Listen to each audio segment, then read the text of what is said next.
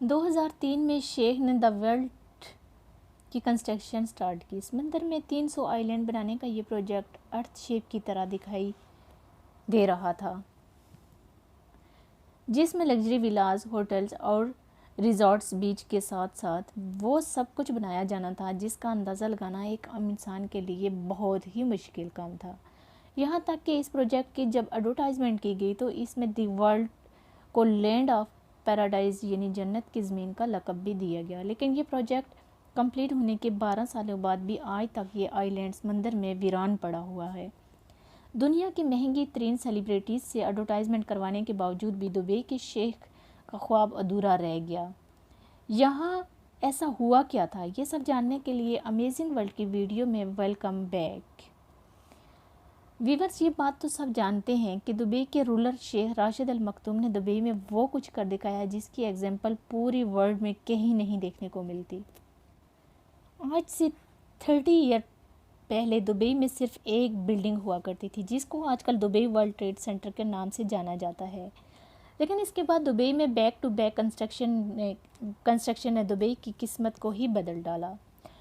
जो सिटी 100% अपने ऑयल पर डिपेंडेंट था वो अब सिर्फ 30% ऑयल पर डिपेंडेंट रह गया है। और शेख ने भी कुछ ऐसे ही ख्वाब देख रखे थे। दुनिया की सबसे ऊंची बिल्डिंग बुर्ज खलीफा से लेकर दुनिया के पहले और आखिरी 7 स्टार होटल बुर्ज अल अरब तक दुबई का कोना कोना वर्ल्ड क्लास लग्जरी फैसिलिटीज से भरा हुआ है। जब दुबई के पास मज़ीद मेगा प्रोजेक्ट बनाने के लिए ज़मीन कम पड़ गई तो शेख ने समंदर का रुख किया। 2001 में जब दुबई पहले ही बुर्ज अल अरब बनाकर वेस्टर्न टूरिज़्म को अपनी तरफ अट्रैक्ट कर चुका था, दुबई के बीचेस बहुत ज़्यादा फेमस होने लगे थे और बात यहाँ तक पहुँच चुकी थी कि अब दुबई के पास बीचेस की जगह कम पड़ गई है। दुबई की कोस्ट लाइन जो सिर्फ 70 किलोमीटर पर फैली हुई है, अब इसको बढ़ाने का वक्त आ चुका था। स्टार्टिंग में प्लान ये था कि दुबई के समंदर में 3 आर्टिफिशियल आइलैंड बनाए जाएंगे जिनको स्पेस से देखा जाएगा तो इनकी शक्ल पाम ट्री की जैसी होगी। पाम जमेरा, पाम जबल अली और पाम दीरा। 2001 में सबसे पहले पाम जमेरा पर काम स्टार्ट करा दिया गया क्योंकि शायद ये आइलैंड बाकी आइलैंडों में से सबसे छोटा था। सिर्फ अकेले पाम जमेरा की वजह से ही दुबई की कोस्ट लाइन में 56 किलोमीटर यानी 80% का इजाफा हो रहा था। कोस्ट लाइन बढ़ाने का ये आइडिया शेख साहब को इतना पसंद आया कि पाम जमेरा की कंस्ट्रक्शन कंप्लीट होने से पहले ही पाम जबल अली और पाम देहरा पर भी काम स्टार्ट कर दिया गया। इन तीनों आइलैंड के अलावा एक और मेगा प्रोजेक्ट भी था जो कि किसी मैग्नेट की तरह पूरी वर्ल्ड को अपनी तरफ मुतवज्जो किए हुए था। ये आइलैंड दी वर्ल्ड के नाम से लॉन्च किया गया जिसके टोटल 300 छोटे आइलैंड मौजूद थे।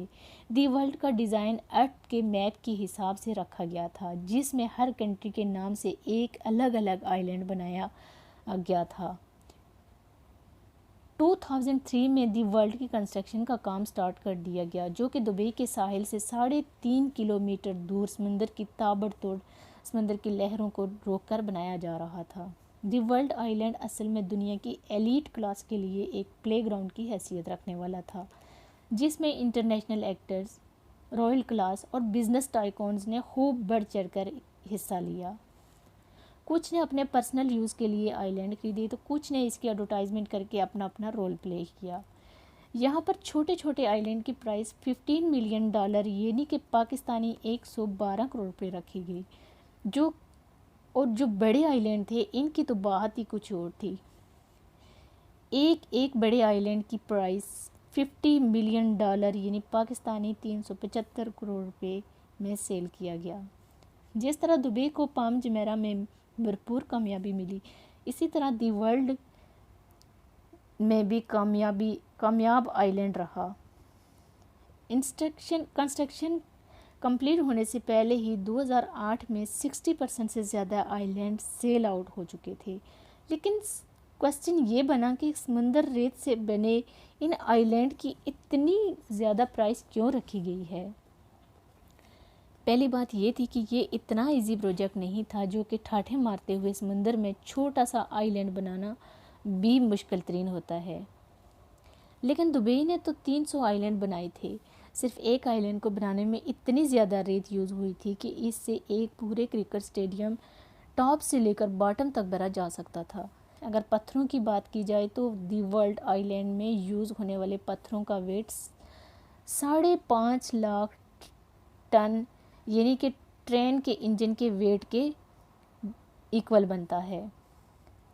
9 किलोमीटर लंबा और 6 किलोमीटर चौड़ा ये प्रोजेक्ट बनाने में दुबई गवर्नमेंट को 14 अरब डॉलर खर्च करने पड़े। इस रकम से दुबई में 9 बुर्ज खलीफा या फिर 14 बुर्ज अल अरब जैसे 7 स्टार लग्जरी होटल्स बना सकता था। लेकिन शेख साहब को सिर्फ दुबई की ज़मीन बल्कि यहाँ के समुंदर से भी इनकम जनरेट करना थी, और यही मेन वजह थी कि शेख साहब समुंदर में जन्नत की ज़मीन बनाने में मगन थे। तो फिर ऐसा क्या हुआ कि इतनी भाग दौड़ करने के बावजूद पिछले 12 सालों से ये आइलैंड बिल्कुल वीरान पड़े हुए हैं? इसके फेल होने की रीज़न इसका डिज़ाइन है। यही उम्मीद थी कि अर्थ का डिज़ाइन मैप के हिसाब से बनाया जाएगा, लेकिन जब प्रोजेक्ट कंप्लीट होने के बाद पता चला कि अर्थ के डिज़ाइन से बहुत ज़्यादा डिफरेंट है। ज़्यादातर आइलैंड की शेप एक्चुअल कंट्री शेप से डिफरेंट थी, जिससे इन्वेस्टर को बहुत ज़्यादा डिसअपॉइंटमेंट हुई। डिज़ाइन का चेंज होना ही दी वर्ल्ड की नाकामी का रीज़न नहीं था, बल्कि 2008 में दी वर्ल्ड लॉन्चिंग की गई, जिसमें पूरे दुबई को फायरवर्क से रोशन कर दिया गया था। जितना पैसा इस लॉन्च इवेंट में पानी की तरह बहाया गया था, वो सारे का सारा बेमकसद साबित हुआ, क्योंकि ये वो वक्त था जब पूरी ग्लोबल वर्ल्ड को फाइनेंशियल क्राइसिस ने गिरा हुआ था। दी वर्ल्ड ने 60% आइलैंड को इस फाइनेंशियल क्राइसिस से पहले ही सेल आउट कर चुके थे, और इस क्राइसिस की वजह से ना सिर्फ दी वर्ल्ड आइलैंड बल्कि पूरी दुबई में प्रॉपर्टी के रेट ज़मीन पर आ गिरे थे। फाइनेंशियल क्राइसिस की वजह से जिन एलिट्स ने ये आइलैंड खरीदे हुए थे, उन्होंने भी यहाँ कंस्ट्रक्शन का काम नहीं करवाया। वक्त गुजरता गया और इसी दौरान एक और चैलेंज सामने आ गया। खाली पड़े आइलैंड आहिस्ता आहिस्ता समुद्र में डूबने लगे। ये नोटिस किया गया कि कई आइलैंड इरोजन की वजह से समुद्र के नीचे जा चुके हैं। ये न्यूज़ बहुत ज़्यादा डेंजरस थी। वहीं पर मीडिया की कवरेज ने लोगों को इस प्रोजेक्ट से ट्रस्ट कम कर दिया।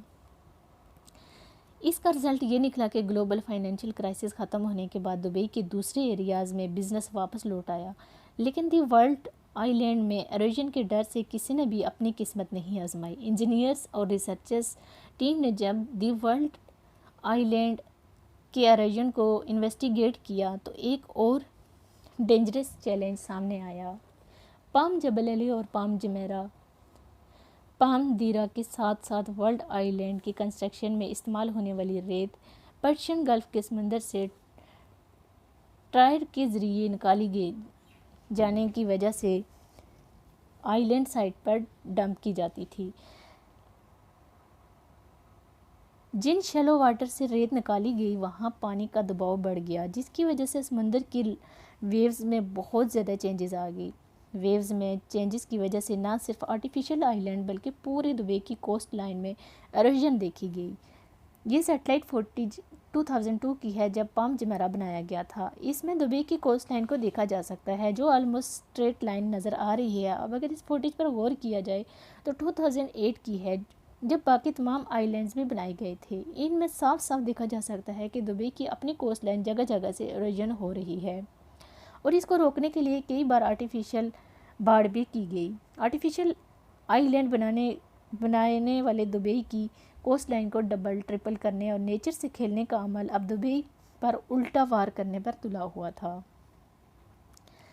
इस चैलेंज ने इन्वेस्टर, बिजनेस टाइकून्स और सेलिब्रिटीज़ की ट्रस्ट लेवल को बुरी तरह मुतासर किया, जिसकी वजह से दुबई गवर्नमेंट ने तमाम आइलैंड पर काम रुकवा दिया। दुबई को पाम जबल अली के इन्वेस्टर्स को रिफंड करना पड़ा और पाम दीरा के प्रोजेक्ट को आधे में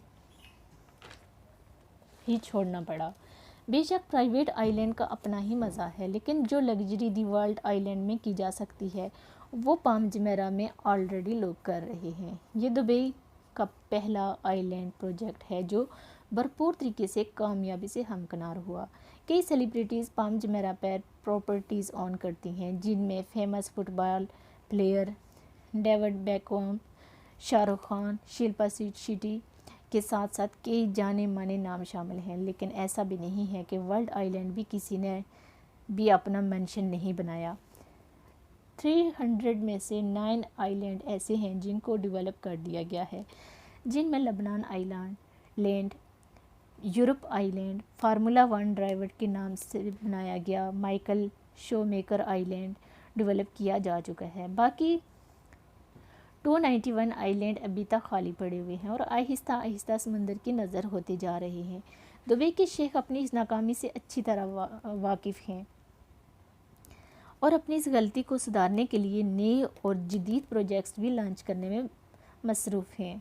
न्यू प्लान के मुताबिक पहले दी वर्ल्ड को यूरोप आइलैंड को डेवलप किया जाएगा। स्वीडन आइलैंड में 10 पैलेसेस, जर्मनी आइलैंड में 32 विलास और टोटल 78 फ्लोटिंग स्वीट्स बनाने का प्लान किया गया है। इन फ्लोटिंग स्वीट्स में टूरिस्ट समुंदर के अंदर यूनिक एक्सपीरियंस को एंजॉय कर सकेंगे। ना सिर्फ समुंदर के ऊपर बल्कि समुंदर के अंडर वाटर बेडरूम से सी लाइफ को एंजॉय कर सकेंगे। एक बात तो तय है कि दुबई छोटे मोटे फेलियर से घबराने वाला नहीं है। इसे जीती जागती example Jumeirah island, museum of the future और दुबई 2020 एक्सपो की रंगीनियों में देखी जा सकती है। और इसके साथ साथ दुबई का फ्यूचर प्रोजेक्ट में दुनिया का पहला डायनामिक टावर भी मौजूद है, जिसको रोटेटिंग फ्लोर की वजह से अंदर बैठे लोग दुबई का 360 व्यू को एंजॉय कर सकेंगे। आई होप आपको अमेजिंग वर्ल्ड की ये वीडियो पसंद आई होगी। वीडियो पसंद आए तो एक लाइक और शेयर ज़रूर करें और साथ ही कमेंट में मुझे बताएं कि नेक्स्ट वीडियो किस टॉपिक पर होनी चाहिए। Thanks for watching my channel amazing world.